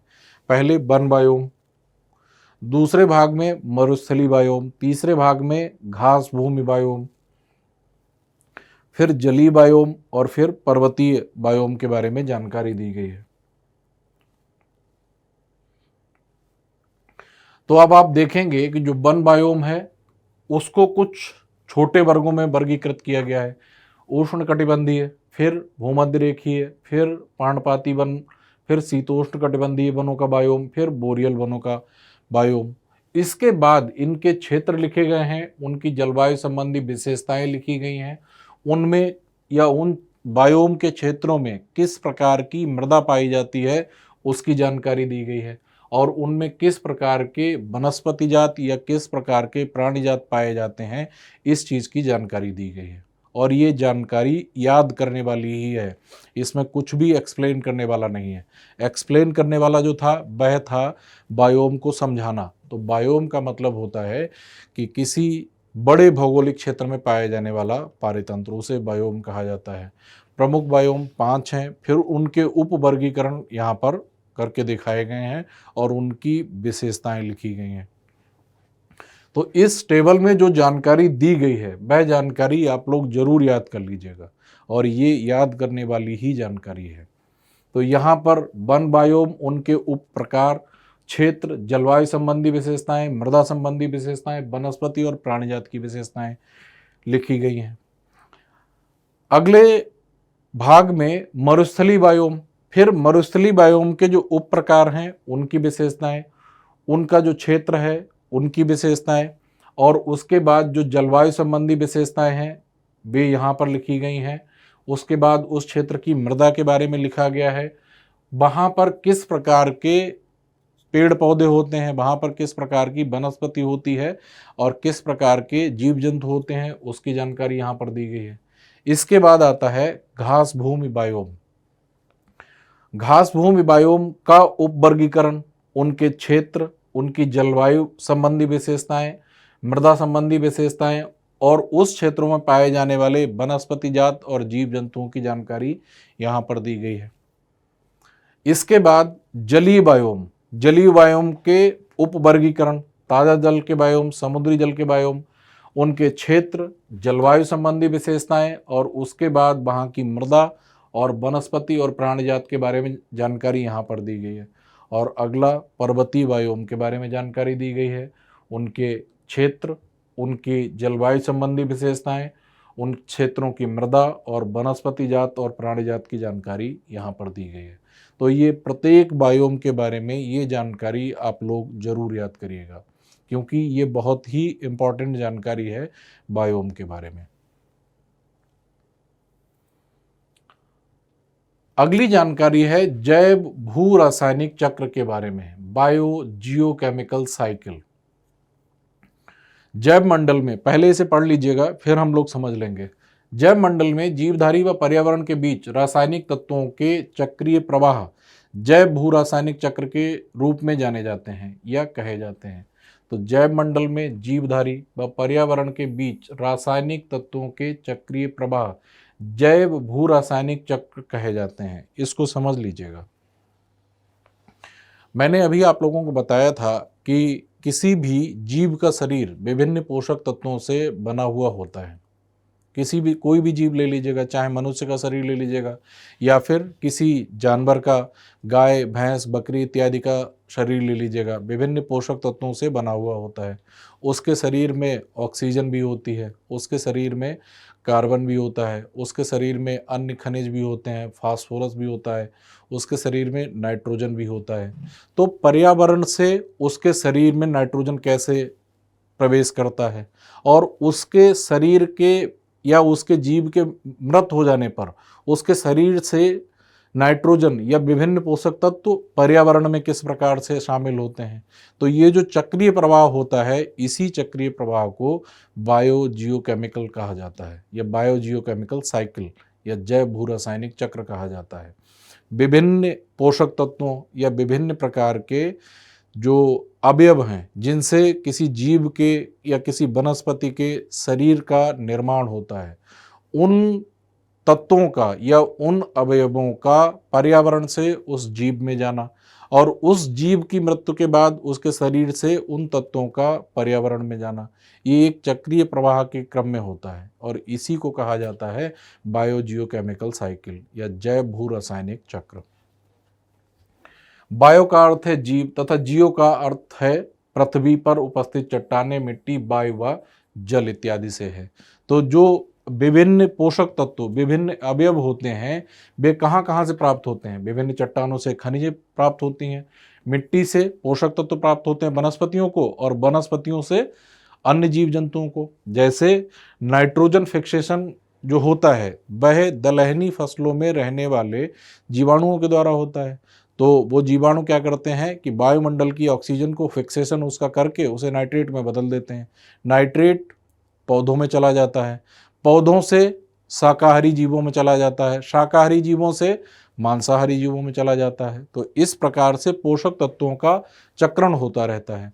अब यहीं पर समझ लीजिए, अगली लाइन भी मैं यही बोले दे रहा हूं कि जैसे आपने समझ लिया कि बैक्टीरिया के द्वारा वायुमंडलीय नाइट्रोजन का फिक्सेशन होता है, नाइट्रेट में बदल जाते हैं। नाइट्रेट में जब वो बदल जाते हैं तो वे पौधों में चले जाते हैं। नाइट्रेट पौधों के माध्यम से शाकाहारी जीवों में चले जाते हैं। नाइट्रेट शाकाहारी जीवों के माध्यम से नाइट्रेट या नाइट्रोजन मांसाहारी जीवों में चली जाती है। और जब इन सब के शरीरों का अंत होता है या जब इन सब के जीवों का अंत होता है, तब क्या होता है, इनके शरीर का जब विघटन हो जाता है तो नाइट्रोजन जो इन सब के शरीरों में थी वह विघटित होकर पुनः प्रकृति में शामिल हो जाती है।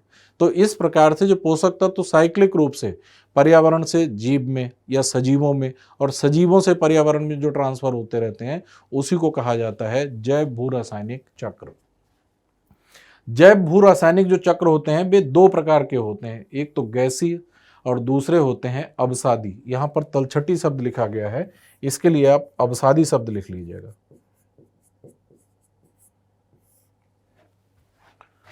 Sedimentary cycle. गैसीय चक्र में पदार्थ का जो मुख्य भंडार या स्रोत होता है वह वायुमंडल व महासागर है, और तलछटी चक्र के प्रमुख भंडार पृथ्वी की भूपर्पटी पर पाए जाने वाली मिट्टी, तलछट व अन्य चट्टानें इत्यादि हैं। तो जैसे यहाँ पर लिखा है गैसीय चक्र में पदार्थ, तो किसी भी सजीव में जो पोषक तत्व होते हैं वे गैसीय भी होते हैं, ऑक्सीजन भी होती है, कार्बन डाइऑक्साइड भी होती है, या अन्य गैसीय पदार्थ भी होते हैं, और अवसादी पदार्थ भी होते हैं, विभिन्न प्रकार के खनिज, लवण इत्यादि भी होते हैं। तो जो गैसीय पदार्थ होते हैं उनका स्रोत वायुमंडल और महासागर है, और बाकी जो अवसादी जो चक्र होते हैं और अवसादी चक्र के अंतर्गत जो पोषक तत्व पाए जाते हैं उनका जो स्रोत होता है वह भूपर्पटी पर पाई जाने वाली मिट्टी, अवसाद या अन्य चट्टानें इत्यादि होती हैं। अब आप लोगों के इस चैप्टर में कुछ चक्रों के बारे में जानकारी दी है या कुछ जैव भू रासायनिक चक्रों के बारे में जानकारी दी है, उन्हें समझ लीजिए। पहली जानकारी जल चक्र के बारे में दी है। जल किस प्रकार से चक्रित होता रहता है? जैसे मान लीजिए पहले जल पृथ्वी की सतह पर नदियों में, झीलों इत्यादि में पाया जाता है। तो नदियों में, झीलों इत्यादि में जो जल पाया जाता है वह धीरे धीरे रिस कर पृथ्वी के नीचे भी चला जाता है, उसे अंडरग्राउंड वाटर कहते हैं, भौम जल कहते हैं। नदियों से नहरें इत्यादि निकालकर सिंचाई की जाती है। नदियों का जो जल होता है वह धीरे धीरे रिस कर नीचे की ओर पहुंचता है, भौम जल के रूप में पहुंचता है। तो नदियों से, भौम जल से जल की प्राप्ति पौधों को, वनस्पतियों को होती है। फिर क्या होता है, पौधों से, वनस्पतियों से बाष्पोत्सर्जन होता है, बाष्पोत्सर्जन होता है, और नदियों या झीलों इत्यादि से भी सीधा बाष्पीकरण होता है। तो बाष्पोत्सर्जन, बाष्पीकरण के माध्यम से जल गैसीय अवस्था में बदल जाता है। गैसीय अवस्था में बदल जाता है तो ऊपर जाने पर वायुमंडल में जब जल जाता है तो वह जलवाष्प के रूप में होता है। ऊपर जाने पर तापमान कम होता है, कंडेंसेशन की प्रक्रिया होती है, संघनन की प्रक्रिया होती है, बादल बनते हैं, और वह जल जो कि वाष्प के रूप में था वह पुनः पृथ्वी पर जल के रूप में आ जाता है। तो ये जल का एक चक्र चलता रहता है। पृथ्वी पर जलमंडल से वायुमंडल में गया, वायुमंडल से फिर से जलमंडल में आया, जलमंडल से ही जैवमंडल में जाता है। तो ये एक चक्रीय क्रम में प्रवाहित होता रहता है जल, इसी को कहा जाता है जल चक्र। इसी प्रकार से ऑक्सीजन चक्र हो सकता है। ऑक्सीजन चक्र को समझ लीजिएगा। आप लोग जानते हैं कि जो पौधे होते हैं वे प्रकाश संश्लेषण की प्रक्रिया में CO2 का अंतर्ग्रहण करते हैं और ऑक्सीजन को रिलीज करते हैं, और जो जीव जंतु होते हैं वो क्या करते हैं, ऑक्सीजन का अंतर्ग्रहण करते हैं और CO2 को रिलीज करते हैं। अब आप देखिए, वायुमंडल में ऑक्सीजन है, ऑक्सीजन रिलीज कौन करता है? पेड़ पौधे। पेड़ पौधों ने ऑक्सीजन रिलीज की, उस ऑक्सीजन को जीव जंतुओं ने, animals and plants breathe in oxygen, जीव जंतुओं ने उस ऑक्सीजन का अंतर्ग्रहण किया, सांस के रूप में उसे लिया, और सांस जब छोड़ी तो CO2 छोड़ी, उस CO2 को पुनः पौधों इत्यादि ने अंतर्ग्रहण किया और उसके बाद CO2 छोड़ी। तो ऑक्सीजन इस प्रकार से चक्रीय क्रम में प्रवाहित होती रहती है, इसे ऑक्सीजन चक्र कहा जाता है। यहाँ पर मैं ये ध्यान दिला दूं कि आपकी NCERT में जो ग्राफ्स दिए गए हैं विभिन्न बायोजियोकेमिकल साइकिल्स को समझाने के लिए, वो थोड़े से कंफ्यूजिंग हैं, तो उन पे आप लोग मत जाइए। इन ग्राफ्स को आप लोग देखेंगे तो आसानी से समझ सकते हैं। जैसे आप लोग यहाँ पर बहुत आसानी से समझ सकते हैं कि पेड़ पौधों के द्वारा ऑक्सीजन छोड़ी जाती है, उस ऑक्सीजन को जीव जंतु ले लेते हैं, जीव जंतु अंतर्ग्रहण करते हैं और छोड़ते हैं कार्बन डाइऑक्साइड, उस कार्बन डाइऑक्साइड को पेड़ पौधे अंतर्ग्रहित करते हैं और छोड़ते हैं ऑक्सीजन। इस प्रकार से ऑक्सीजन एक चक्रीय क्रम में प्रवाहित होती रहती है, इसे कहा जाता है ऑक्सीजन चक्र। नाइट्रोजन चक्र समझ लीजिएगा। नाइट्रोजन चक्र के बारे में आप लोगों को बता दूं कि जो जीवधारी हैं, वे अधिकांश जीवधारी नाइट्रोजन को, जो वायुमंडलीय नाइट्रोजन है, उसको उसी रूप में अंतर्ग्रहित करने में, उसको उसका एसिमिलेशन करने में सक्षम नहीं है, उसका स्वांगीकरण नहीं कर सकते वायुमंडलीय नाइट्रोजन का। केवल कुछ ही सूक्ष्म जीव हैं, कुछ ऐसे एल्गी वगैरह, शैवाल वगैरह हैं जो वायुमंडलीय जो नाइट्रोजन है उसका अंतर्ग्रहण कर सकते हैं, या कुछ मृदा जीवाणु ऐसे हैं जो वायुमंडलीय नाइट्रोजन का अंतर्ग्रहण कर सकते हैं। लेकिन क्या होता है कि उस नाइट्रोजन का पहले फिक्सेशन होता है और फिक्सेशन के बाद वह नाइट्रोजन नाइट्रेट में बदल जाती है, और नाइट्रेट में बदलने के बाद वह पौधों में चली जाती है, पौधों से शाकाहारी जीवों में जाती है, शाकाहारी जीवों से मांसाहारी जीवों में जाती है, और इन सब के शरीरों के मृत होने पर वह विघटित वियोजित होकर पुनः वायुमंडल में शामिल हो जाती है। नाइट्रोजन का जो फिक्सेशन होता है वह कई प्रक्रियाओं के माध्यम से होता है। सबसे ज़्यादा जो पॉपुलर प्रक्रिया है नाइट्रोजन फिक्सेशन की, वह दलहनी फसलों की जड़ों में पाए जाने वाले कुछ जीवाणु होते हैं, जैसे राइजोबियम हो गया। तो राइजोबियम क्या करता है? वायुमंडलीय नाइट्रोजन का फिक्सेशन कर देता है, वायुमंडलीय नाइट्रोजन को वह नाइट्रेट के रूप में बदल देता है, और वह नाइट्रेट पौधों की जड़ों से होकर पौधे में चली जाती है, और उसके बाद वह खाद्य श्रृंखला में शामिल हो जाती है।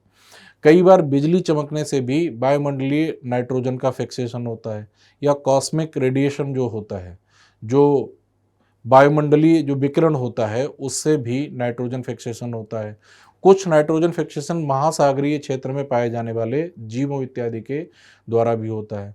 तो पहले वायुमंडलीय नाइट्रोजन का फिक्सेशन होता है, स्थिरीकरण होता है, और स्थिरीकरण होने के बाद ही वायुमंडलीय नाइट्रोजन खाद्य श्रृंखला में शामिल होती है।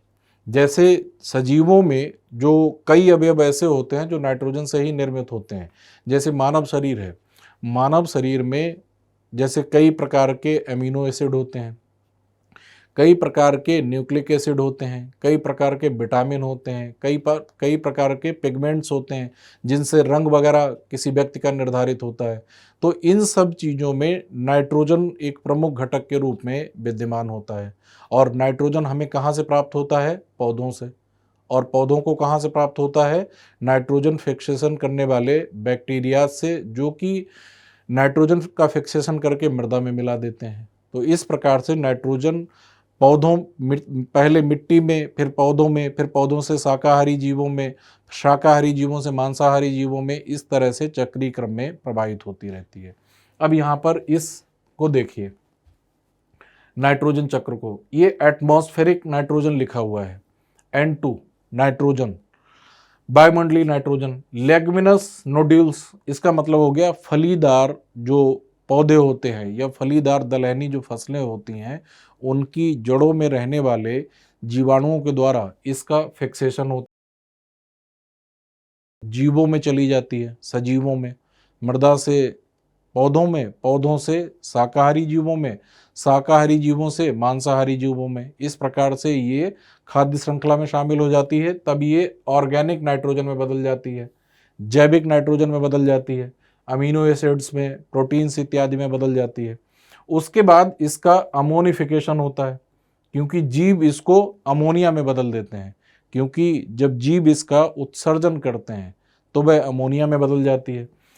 फिर ये अमोनिया में बदलने के बाद ये अमोनियम साल्ट्स के रूप में आ जाती है। इसका नाइट्रोजेशन होता है, तब ये नाइट्राइट में बदल जाती है।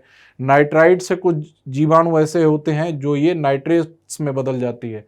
नाइट्रेट्स के बाद ये फिर से प्लांट्स एंड बैक्टीरियल एनाबोलिज्म, पौधों और जीवाणुओं की उपापचयी क्रियाओं के माध्यम से फिर से ये जैविक नाइट्रोजन में बदल जाती है। और नाइट्रेट का डीनाइट्रिफिकेशन जब होता है जीवाणुओं के द्वारा, तभी फिर से वायुमंडलीय नाइट्रोजन में बदल जाती है। इस प्रकार से नाइट्रोजन चक्र चलता रहता है।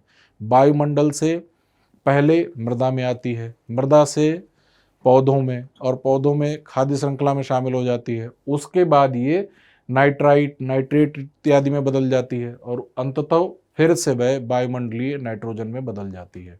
तो इस तरह से नाइट्रोजन साइकिल चलता रहता है। एक कार्बन चक्र और रह गया है, ये स्लाइड ऊपर रह गई थी, कार्बन चक्र को भी समझ लीजिएगा। कार्बन चक्र का जो मुख्य अवयव है वह CO2 का परिवर्तित रूप है। कार्बन चक्र में CO2, कार्बन डाइऑक्साइड का ही परिवर्तन होता रहता है। अब इसमें देखिए कैसे होता है। CO2 इन द एटमॉस्फेयर, वायुमंडल में कार्बन डाइऑक्साइड होती है। तो वायुमंडल में जो कार्बन डाइऑक्साइड होती है वह प्रयोग की जाती है प्रकाश संश्लेषण की प्रक्रिया में पौधों के द्वारा। सनलाइट और कार्बन डाइऑक्साइड का अंतर ग्रहण करके जो पौधे होते हैं उसे कार्बोहाइड्रेट्स में और ग्लूकोज में चेंज कर देते हैं, और उसे जैव भार के रूप में उसका संचय कर लेते हैं। फिर जो कार्बन डाइऑक्साइड वायुमंडल में थी वह कार्बन डाइऑक्साइड चली गई पौधों में। पौधों में चली गई तो पौधों या वनस्पतियों को ये जीव जंतु खा लेते हैं। इन जीव जंतुओं का जब अपघटन होता है, मर जाते हैं, इनका अपघटन होता है, तब इनसे कार्बन डाइऑक्साइड इनके अपघटन से मुक्त होती है। या इनका जब ये बहुत लंबे समय तक, पौधे या वनस्पतियां जब बहुत लंबे समय तक अत्यधिक ताप दाब की परिस्थितियों में दबे रहते हैं, तब ये फॉसिल फ्यूल्स में बदल जाते हैं, जीवाश्मी ईंधन में बदल जाते हैं। तब भी इनमें हाइड्रोकार्बन होता है। तब जब फॉसिल फ्यूल्स को जलाया जाता है उसके बाद भी कार्बन डाइऑक्साइड वातावरण में पहुंच जाती है। एक तो तरीका ये है। दूसरा है, लिखा है प्लांट रेस्पिरेशन। प्लांट रेस्पिरेशन का मतलब हो गया कि दिन के समय में पौधे क्या करते हैं, CO2 का अंतर्ग्रहण करते हैं और ऑक्सीजन को छोड़ते हैं। लेकिन रात के समय यही सीन उल्टा हो जाता है। रात के समय पौधे ऑक्सीजन को अंतर्ग्रहित करते हैं और CO2 को छोड़ते हैं। तो पौधों के द्वारा CO2 वायुमंडल में पहुंचाई जाती है, और जीव जंतुओं के द्वारा भी वायुमंडल में CO2 छोड़ी जाती है। इस प्रकार से वायुमंडल में कार्बन डाइऑक्साइड पहुंचती रहती है। फिर से ये चक्रीय क्रम में प्रभावित होती। वायुमंडल में कार्बन डाइऑक्साइड पहुंच गई तो फिर वायुमंडल से फिर से पौधों में, पौधों से जीव जंतुओं में, और जीव जंतुओं से फिर से वायुमंडल में। इस प्रकार से कार्बन का चक्रीय प्रवाह चलता रहता है। तो इन सब चीज़ों के बारे में बायो जियोकेमिकल साइकिल्स टॉपिक के अंतर्गत आपके इस अध्याय में चर्चा की गई है। अन्य खनिज चक्र, अदर मिनरल साइकिल्स। जैव मंडल में मुख्य भू रासायनिक तत्वों कार्बन, ऑक्सीजन, नाइट्रोजन और हाइड्रोजन के अतिरिक्त पौधों व प्राणी जीवन के लिए अत्यधिक महत्व के बहुत से अन्य खनिज मिलते हैं। जीवधारियों के लिए आवश्यक ये खनिज पदार्थ प्राथमिक तौर पर अकार्बनिक रूप में मिलते हैं, जैसे फास्फोरस हो गया, सल्फर हो गया, कैल्शियम और पोटेशियम इत्यादि। इन खनिजों की भी तो आवश्यकता होती है सभी जीवों को, मनुष्य को भी होती है, अन्य जीव जंतुओं को भी होती है, वनस्पतियों को भी होती है। इनका चक्रण कैसे होता है? प्रायः ये घुलनशील लवणों के रूप में मिट्टी में या झील में अथवा नदियों व समुद्री जल में पाए जाते हैं, और जब घुलनशील लवण जल चक्र में सम्मिलित हो जाते हैं तब ये अपक्षय प्रक्रिया द्वारा पृथ्वी की परपटी पर और फिर बाद में समुद्र तक पहुंच जाते हैं, और अन्य लवण तलछट या अवसाद के रूप में धरातल पर पहुंचते हैं और फिर अपक्षय चक्र से अपक्षय के माध्यम से चक्र में शामिल हो जाते हैं। सभी जीवधारी अपने पर्यावरण में घुलनशील अवस्था में उपस्थित खनिज लवणों से ही अपनी खनिजों की आवश्यकता को पूरा करते हैं। कुछ अन्य जंतु पौधों व प्राणियों के भक्षण से इन खनिजों को प्राप्त करते हैं।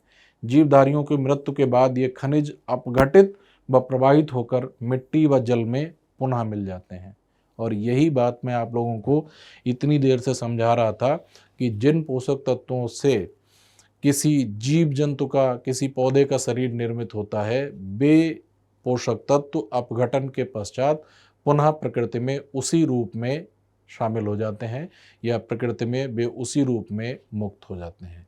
तो इस प्रकार से पोषक तत्व पर्यावरण से जीवों में और जीवों से पर्यावरण में चक्रीय क्रम में प्रवाहित होते रहते हैं।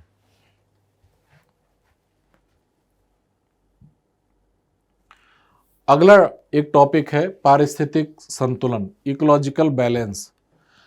किसी पारितंत्र या आवास में जीवों के समुदाय में परस्पर गतिक साम्यता की अवस्था ही पारिस्थितिक संतुलन है। ये तभी संभव है जब जीवधारियों की विविधता अपेक्षाकृत स्थायी रहे। किसी पारितंत्र के संतुलित रहने के लिए ये आवश्यक है कि उस क्षेत्र में जीवों की विविधता बनी रहे। किसी भी एक वर्ग के जीव के कम होने से अन्य प्रकार के जीव प्रभावित होंगे या अन्य प्रकार के जो जीव हैं वे असंतुलित हो जाएंगे। इसको एक बहुत छोटे एग्जाम्पल से समझिए। मान लीजिए किसी वन क्षेत्र का पारितंत्र है और वनस्पति या पौधों पर बकरियां निर्भर हैं। पौधे हैं जो कि उत्पादक हैं, छोटे पौधे हैं, उनको बकरियां खा लेती हैं।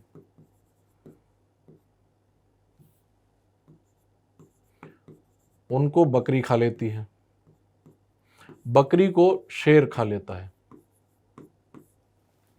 अब पर्याप्त मात्रा में पौधे हैं, पर्याप्त मात्रा में बकरियां हैं, पर्याप्त मात्रा में शेर हैं, तो वह जो पारितंत्र है वह स्थिर बना रहेगा। अब मान लीजिए आपने किसी तरीके से शेर को हटा दिया, कुछ कारणों से उस पारितंत्र से आपने एक वर्ग के जीवों को हटा दिया, शेर को हटा दिया। अब क्या होगा? बकरियों को खाने वाला कोई रहा ही नहीं, बकरियों की संख्या बहुत ज़्यादा बढ़ जाएगी। जब बकरियों की संख्या बहुत ज़्यादा बढ़ जाएगी तो बकरियां अपने आहार के लिए पौधों पर निर्भर हैं, तो बकरियों की संख्या जब बहुत ज़्यादा बढ़ जाएगी, अनियंत्रित हो जाएगी और पारिस्थितिक तंत्र असंतुलित हो जाएगा। इससे क्या होगा? जब बकरियों की संख्या बहुत ज़्यादा बढ़ जाएगी तो वे और ज़्यादा पौधों का भक्षण करना शुरू कर देंगी और उस पारितंत्र के जितने पौधे वगैरह होंगे अल्टीमेटली उसको समाप्त कर देंगी।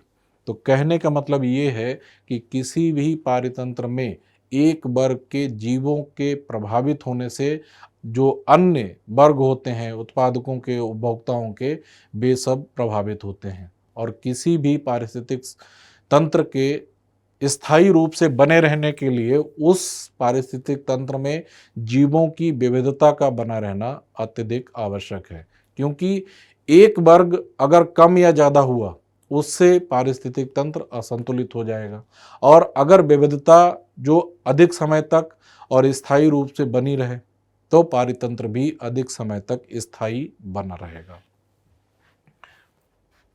या अगर इसका एक उल्टा एग्जाम्पल भी लें, जैसे अभी हमने शेर का एग्जाम्पल लिया, अब मैं इसमें मान लेता हूं कि इसमें पौधों की संख्या घटा दी, आपने उस क्षेत्र के पौधों को नष्ट कर दिया। पौधे नष्ट हो जाएंगे तो बकरियां नहीं रहेंगी, बकरियां नहीं रहेंगी तो शेर भी नहीं रहेंगे और ये पारिस्थितिक तंत्र नष्ट हो जाएगा। तो किसी भी एक जीव के वर्ग के असंतुलित होने से अन्य जो वर्ग के जीव हैं वे भी प्रभावित होते हैं और अल्टीमेटली वह पारिस्थितिक तंत्र नष्ट हो जाता है। इसलिए पारिस्थितिक तंत्र के बने रहने के लिए उस पारिस्थितिक तंत्र में विविधता बनी रहना आवश्यक है। यही बात यहाँ पर लिखी हुई है कि किसी पारितंत्र या आवास में जीवों के समुदाय में परस्पर गतिक साम्यता की अवस्था ही पारिस्थितिक संतुलन है। ये तभी संभव है जब जीवधारियों की विविधता अपेक्षाकृत स्थायी रहे। क्रमशः परिवर्तन भी हो, लेकिन ऐसा प्राकृतिक अनुक्रमण के द्वारा ही होता है। कई बार ऐसा होता है कि पारितंत्रों में परिवर्तन होता है, और ये जो परिवर्तन होता है इसको नेचुरल सक्सेशन के माध्यम से होता है। नेचुरल सक्सेशन में क्या होता है, प्राकृतिक जो अनुक्रमण की प्रक्रिया होती है उसमें क्या होता है कि एक वर्ग के वनस्पति या एक वर्ग के जीव समुदाय की जगह पर दूसरे वर्ग की वनस्पति या दूसरे वर्ग के जीव समुदाय उस क्षेत्र में स्थापित हो जाते हैं, उसे कहा जाता है सक्सेशन। और जब ये प्राकृतिक कारणों के चलते होता है तब पारिस्थितिक तंत्र संतुलित बना रहता है, लेकिन जब ये हस्तक्षेप इसमें किया जाता है, मानवीय कारणों के चलते भी सक्सेशन की प्रक्रिया होती है, तब पारितंत्र स्थायी नहीं बना रहेगा। जैसे मान लीजिए किसी क्षेत्र में धीरे धीरे करके प्राकृतिक रूप से कोई नई प्रकार की वनस्पतियां उगने लगी, किसी क्षेत्र में मान लीजिए जल की उपलब्धता अधिक हो गई तो वहाँ अधिक वनस्पति उगाई, तो वहाँ का पारितंत्र धीरे धीरे करके अपने तरीके से विकसित होता रहेगा और वह स्थायी बना रहेगा।